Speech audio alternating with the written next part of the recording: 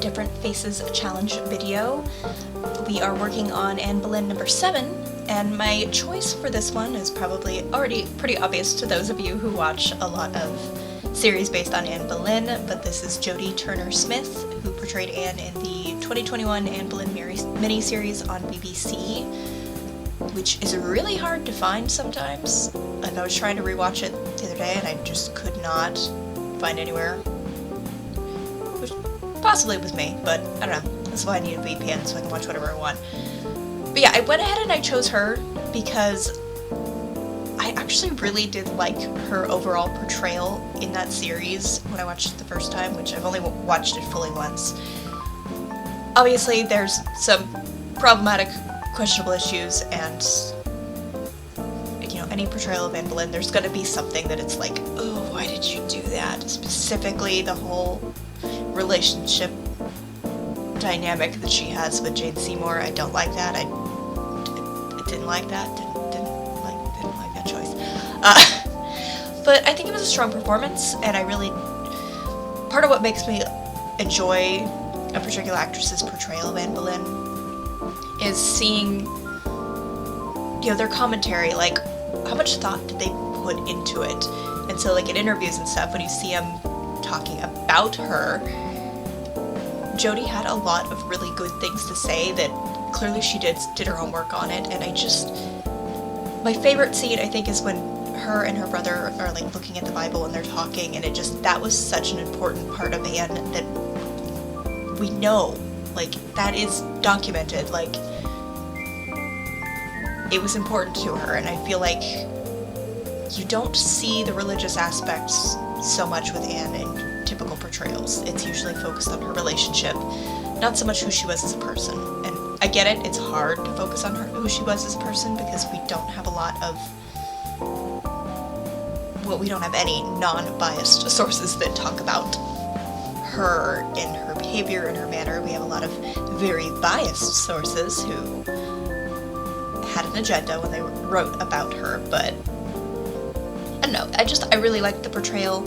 I know that there's some problems, and obviously people were a little uncomfortable with the fact that a black actress was cast in that particular role, just because it's just not. Anne Boleyn is a complex character, and while I have no problem with just blind casting whoever, because it really shouldn't matter, and too many people have this idea that history was very, very white until suddenly slavery happened and then it wasn't, and I'm just like, no, that's not how it worked at all. So I like when they, I guess race bend is the term, blind casting is what I've heard, or they just cast the best person for the role.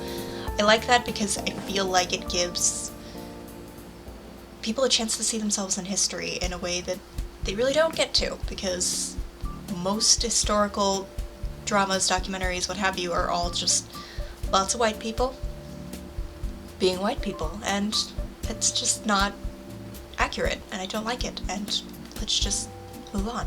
That said, they could have done Philippa of Hanold. I'm really holding out for that one because, like, I think she deserves a movie, but that's just me. Moving on to the actual sculpts that I'm doing here, I had a lot of fun sculpting Jodie's face, although the nose was really hard because she has a really straight bridged nose, and I did something in Body Shop that, like, there was a part of the nose that I couldn't get to straighten out no matter what I did, and I couldn't figure out what I did originally to mess it up. I finally I changed her skin tone. I really liked the skin tone. It was really close to all the photos that I could find of Jodie, but ultimately, just because of the nose, I just wasn't getting it to look the way that I wanted to look right. So I went to my old standby, which is the Rensim Pew skin set, which is just phenomenal, especially with the darker skin tones. It's just a lot of love and care went into them, and they're beautiful and perfect, and I love them very much. So I went back to that. You can see me, I'm just trying to get the nose to straighten. I'm like, why is that one little bit just not right?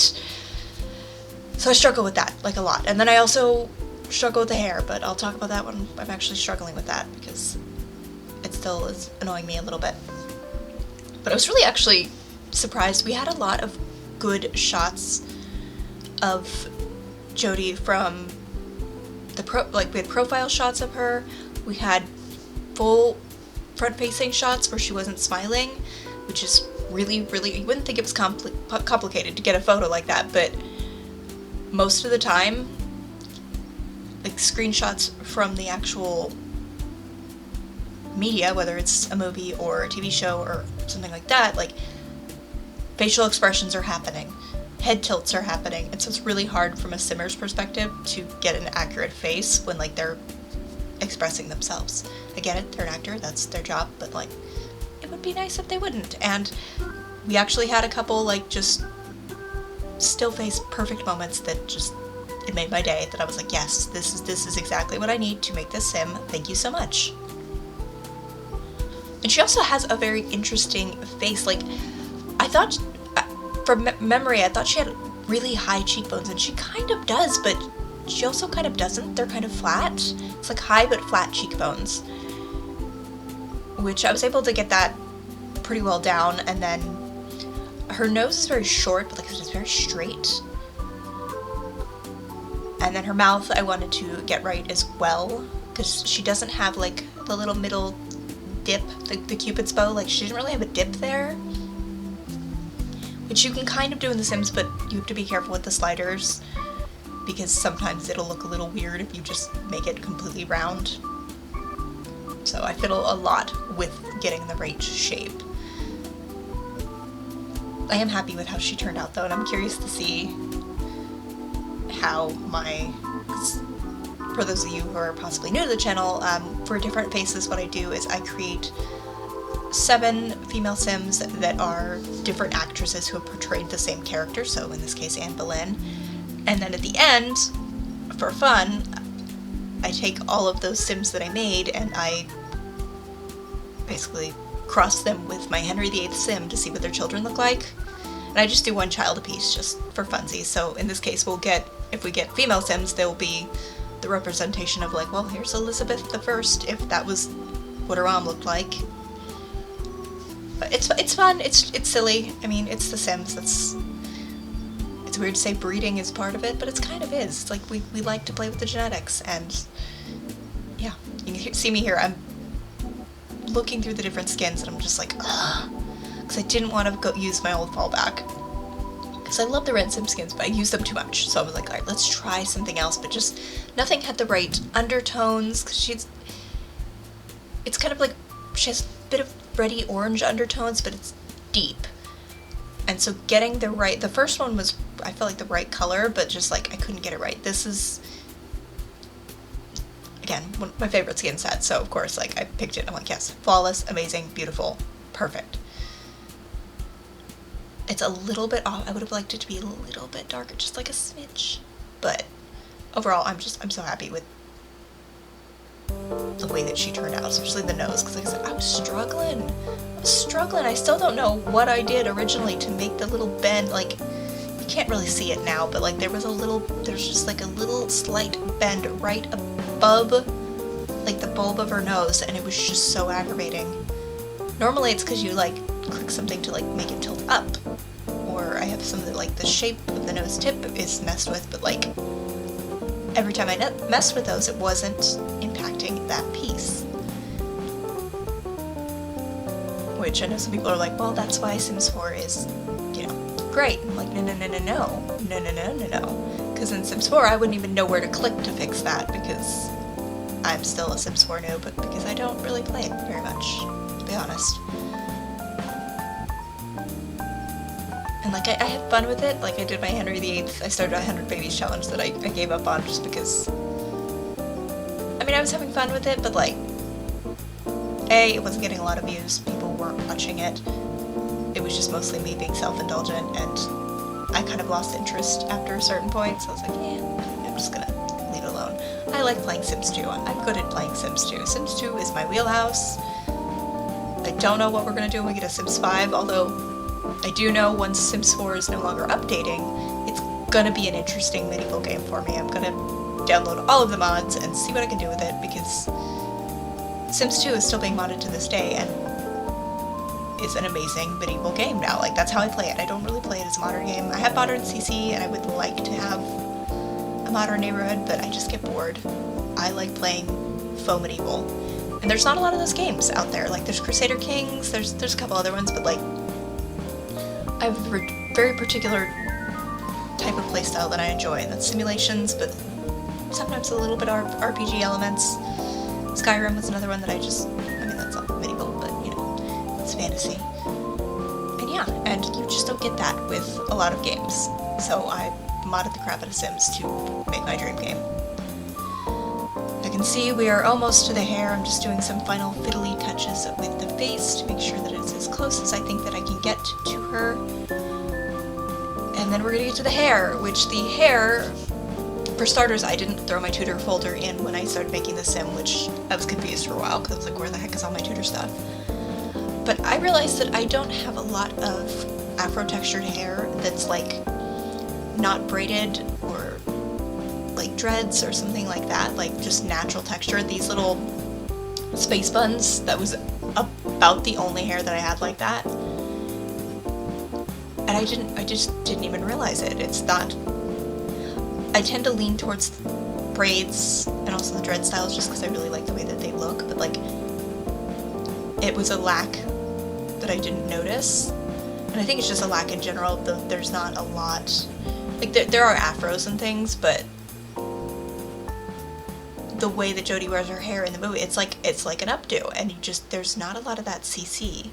So I am gonna go on a hunt to find more and see if I can't find something similar to what I was wanting, because I don't like that I have that lack in my game, and it was just a complete blind spot. I've never had to try to find a hair like that before. So that was, I go through a lot trying to find the right hair to use for her. And then I was gonna cop out and just use a hood, because she does wear, like, you know how they do the headband type of hood, but then I didn't have those in my game, and then when I finally found them, the greens weren't matching, and I was really aggravated by that. I think the hair she has on now is what I end up going with. But yeah, like, I just don't have that really, really tight curls shaped into an updo of some kind. Like, I have down curls for days, but I haven't needed it. Cause like my Kentons, they all from, oh god, I can't even remember which original sim it came from. A lot of them have afro-textured hair because of their ancestry, but like most of the time they either have like loose flowy curls because I think they're just so pretty, or they would have like braids or dreads, something like that.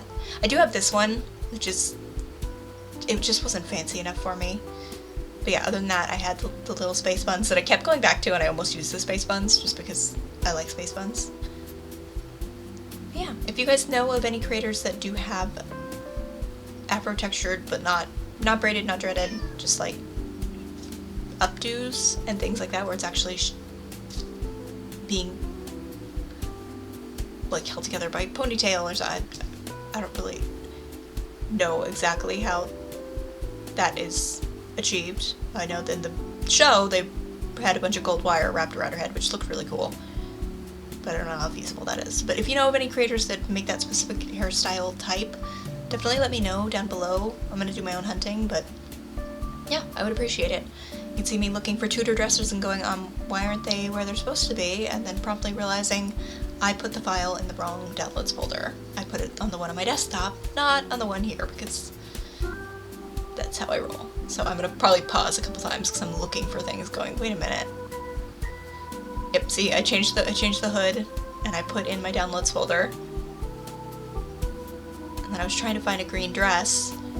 I didn't want to do the Anna Cleves one because it wasn't right. I wanted to do this one because it's as close as the movie still, or show still, that we could get, but then the hoods, none of them were that color green. And I know I have one that matches that. I thought I had it, at least, because it's from around The Sims, or All About Style. And yeah, I couldn't find it anywhere. I was like, alright. I thought it was like, well, maybe it's only under brown, because technically Natalie Portman had brown hair and that was hers, but like, couldn't find it. So I have to re-download that.